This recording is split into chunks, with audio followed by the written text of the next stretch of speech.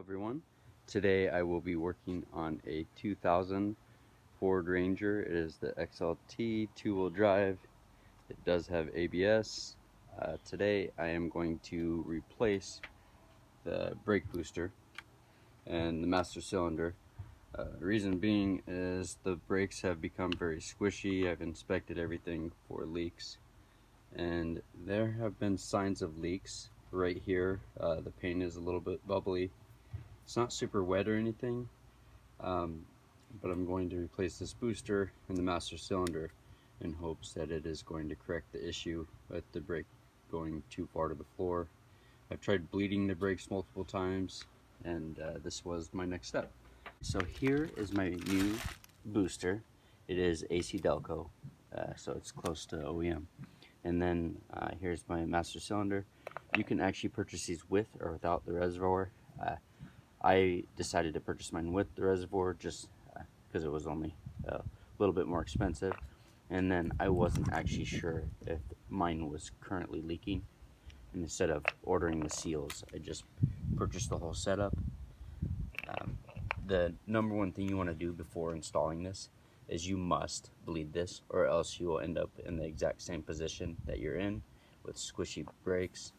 So the very first thing I'm going to do is I'll come up here and I'm going to disconnect the booster hose here, this vacuum line, and then I will disconnect the electrical. There are 4 bolts on the inside that mount the master cylinder to the firewall, so you'll want to remove those. In many cases you would separate these two items, your master cylinder and your brake booster. Me, I'm going to actually leave them together and pull it all out as a unit, and then I'm going to install my new setup as a unit as well. And reason being is because I want to be able to disconnect these lines and only have them disconnected for the shortest amount of time possible. That way I don't lose too much fluid and it keeps it clean.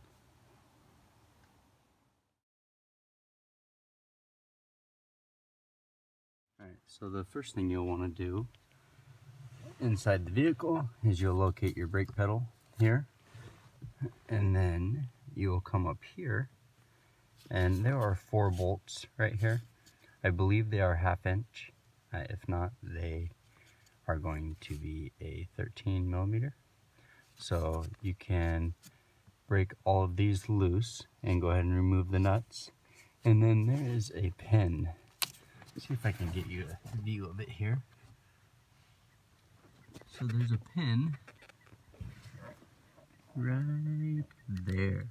That green pin, you'll want to push it up, and that will release the lever that goes to your brake booster. And then once you have those 4 bolts removed and that removed, your brake booster will be free to remove once you disconnect your brake lines from the master cylinder. So I believe this can be removed without using a tool. Take your fingers, and there you have it. Just slips right up. It did take a lot of force. I happened to just make it look easy because my fingers are super strong. But there you have released that pin. You can try to wiggle your way up here, and this piece here will have to come off. Let's see if I can pull it here. Just slide it straight toward you, and then you have it. Oops. Slide it straight toward you. Drop it down, and then there you have it. I am going to just use a 1/2 inch deep socket, and I have a wobbly here so I can get it into the tight spot, and then it's on my impact. So I'm going to slip this up there and remove all 4 of those nuts. Alright, so I have everything disconnected inside that I showed you. And I have these broken loose here. They're not removed, but just loose enough to where I could take them off easily. So if you just pull straight out, you can see here that the whole thing will come straight out. All I have to do is disconnect this line here and this line. I have siphoned the fluid out of here to get minimal mess. Before I start to bleed my new master cylinder, I am going to go ahead and disconnect these lines. I'll put a rag underneath them to catch the excess fluid, So I'm disconnecting this one here, which is a 13 millimeter, and then I'm also going to disconnect this one here, which is a 10 millimeter. Reason I'm disconnecting those now is because I want to put this on my new master cylinder, this piece, before I bleed it. Alright, so I'm slowly unthreading my two lines. I'm going to try to put them up a little bit. There shouldn't be too much fluid that leaks out of them.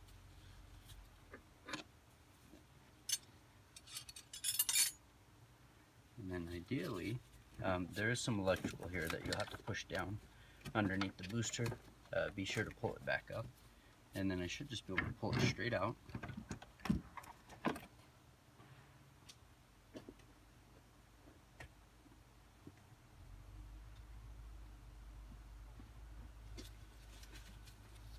And there we have it. It is out. And now I can start to install my booster. Once you have your booster removed, go ahead and compare the two of them. So we have our new one here. Don't have to worry about removing the tags.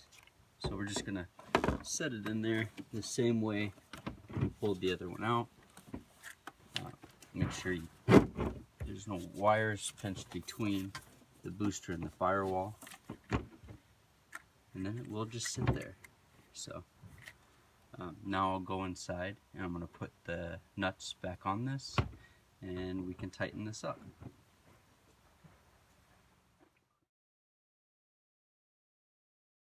So when putting that plastic piece back, you take it and you slide it right in there, and you push that all the way over.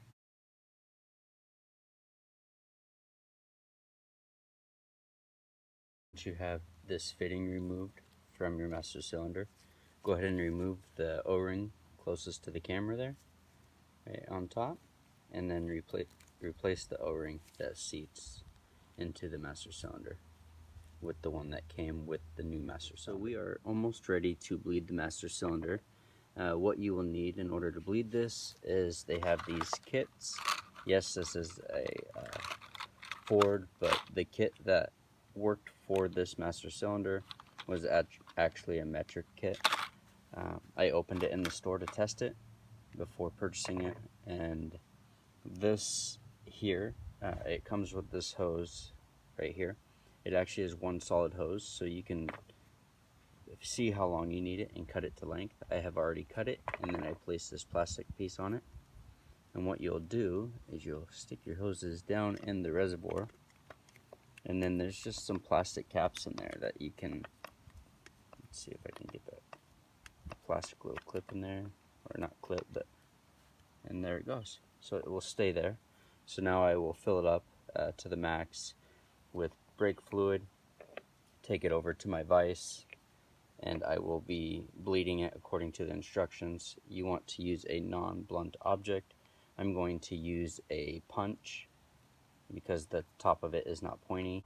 Alright, so I'm going to do my best to show you how to bleed the master cylinder real quick. Put my gloves on. This should not make a mess. So here's the item I'm using. It is just a punch, but it has a rounded edge on it, so it won't damage the inside of the booster, or the master cylinder, sorry. So we are going to add fluid. I'm going to add it up to the max fill line.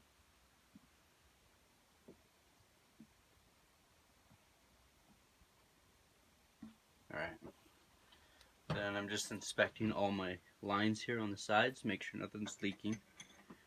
And we are going to start bleeding it. So I have it in the vise, but I am still going to hold it. There are bubbles coming in, so it's clearing out all the air from the bottom. And the fluid level is going down.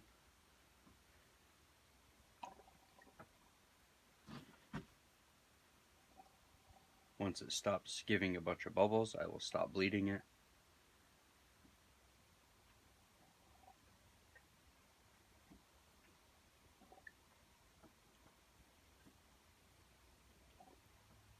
It's almost there.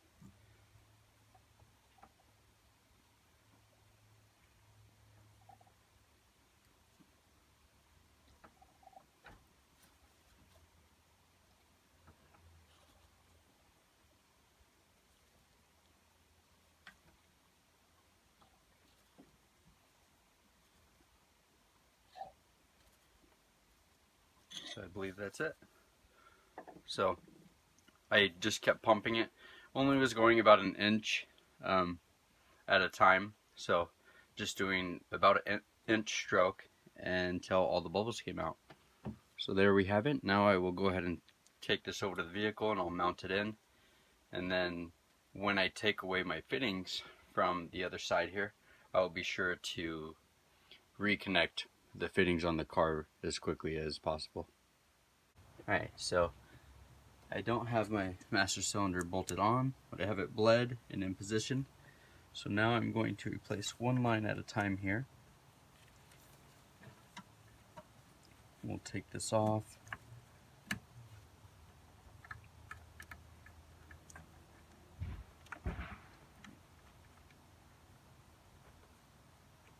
Started raining on me in the middle of this. Should have done it in my garage.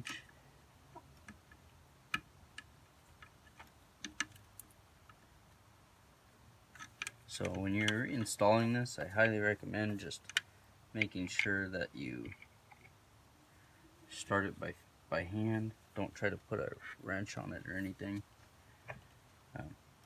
because they're hard to start sometimes, and you don't want to cross thread them. You'll know when you have it started correctly. I believe I have it started correctly now, so go ahead and go over here. Oh, that's a 10 millimeter.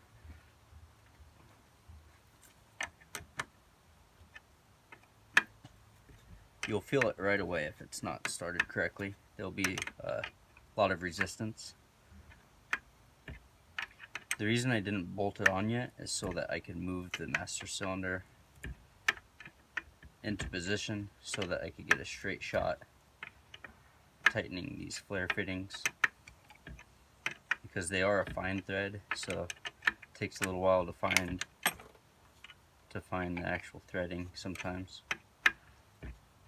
So I'm going to do the exact same thing with the other one, and once that is done, I'm going to install my master cylinder cap there, the brake fluid cap, and then I'm going to bolt down the master cylinder to the booster. So right there, it's on there nice and tight.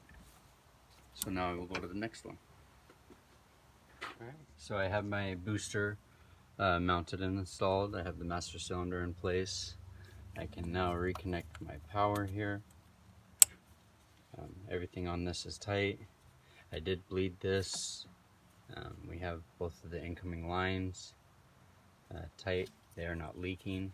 I will check them once again once I am bleeding the brake system.